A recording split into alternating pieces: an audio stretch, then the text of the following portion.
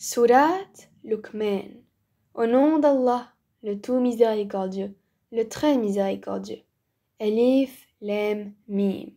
Voici les versets du livre plein de sagesse. C'est un guide et une miséricorde aux bienfaisants, qui accomplissent la salat, acquittent la zakat et qui croient avec certitude en l'au-delà.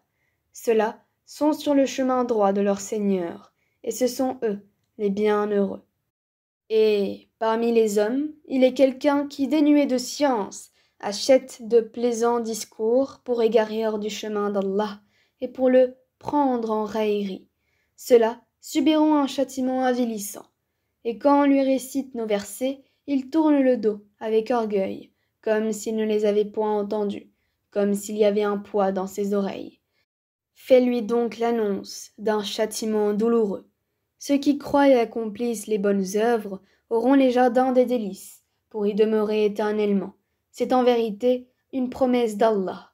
C'est lui, le puissant, le sage. Il a créé les cieux sans piliers, que vous puissiez voir, et il a enfoncé des montagnes fermes dans la terre pour l'empêcher de basculer avec vous.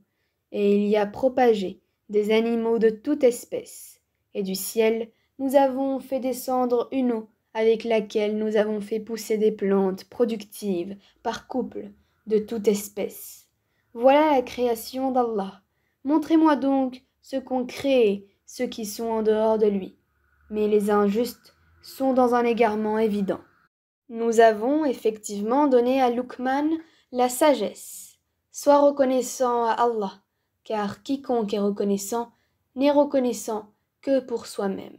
Quant à celui qui est ingrat, en vérité, Allah se dispense de tout, et il est digne de louange. Et lorsque Luqman dit à son fils, tout en l'exhortant, « Ô mon fils, ne donne pas d'associé à Allah, car l'association à Allah est vraiment une injustice énorme. Nous avons commandé à l'homme la bienfaisance envers ses pères et mères. Sa mère l'a porté, subissant pour lui, peine sur peine. Son sevrage a lieu à 2 ans. Sois reconnaissant envers moi, ainsi qu'envers tes parents. Vers moi est la destination.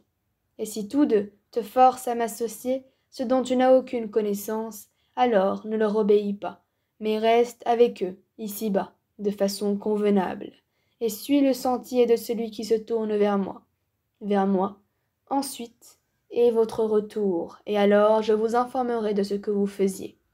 Ô mon enfant, fût-ce le poids d'un grain de moutarde au fond d'un rocher, ou dans les cieux, ou dans la terre, Allah le fera venir.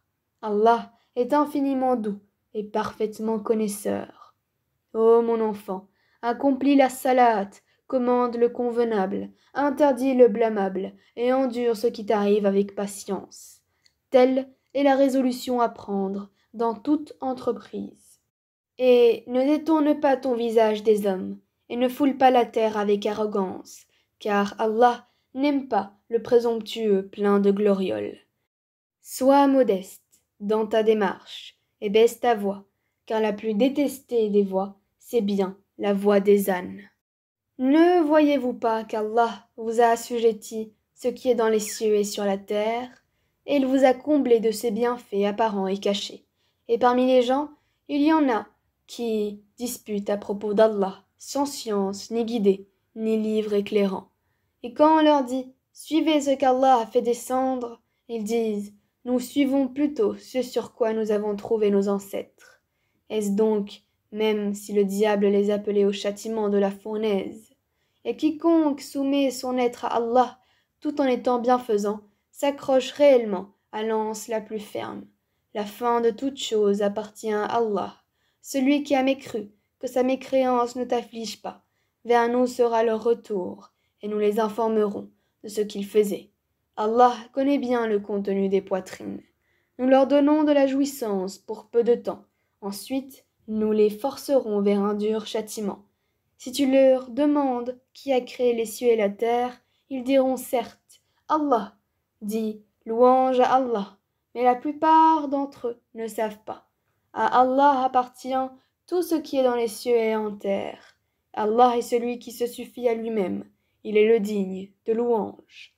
Quand bien même tous les arbres de la terre se changeraient en calame, plume pour écrire, quand bien même l'océan serait un océan d'encre où confluerait 7 autres océans, les paroles d'Allah ne s'épuiseraient pas, car Allah est puissant et sage. Votre création et votre résurrection à tous sont aussi faciles à Allah que s'il s'agissait d'une seule âme. Certes, Allah est audient et clairvoyant. N'as-tu pas vu qu'Allah fait pénétrer la nuit dans le jour, et qu'il fait pénétrer le jour dans la nuit, et qu'il a assujetti le soleil et la lune chacun, poursuivant sa course jusqu'à un terme fixé, et Allah est parfaitement connaisseur de ce que vous faites. Il en est ainsi parce qu'Allah est la vérité, et que tout ce qu'ils invoquent en dehors de lui est le faux, et qu'Allah, c'est lui, le haut, le grand. N'as-tu pas vu que c'est par la grâce d'Allah que le vaisseau vogue dans la mer, afin qu'il vous fasse voir de ses merveilles? Il y a en cela des preuves pour tout homme patient et reconnaissant.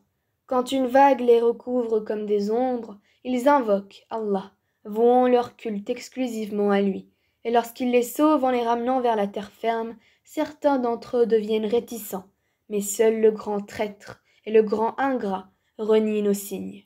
Ô homme, craignez votre Seigneur et redoutez un jour où le Père ne répondra en quoi que ce soit pour son enfant, ni l'enfant pour son père. La promesse d'Allah est vérité. Que la vie présente ne vous trompe donc pas, et que le trompeur, Satan, ne vous induise pas en erreur sur Allah. La connaissance de l'heure est auprès d'Allah, et c'est lui qui fait tomber la pluie salvatrice, et il sait ce qu'il y a dans les matrices, et personne ne sait ce qu'il acquerra demain, et personne ne sait dans quelle terre il mourra. Certes, Allah est omniscient et parfaitement connaisseur.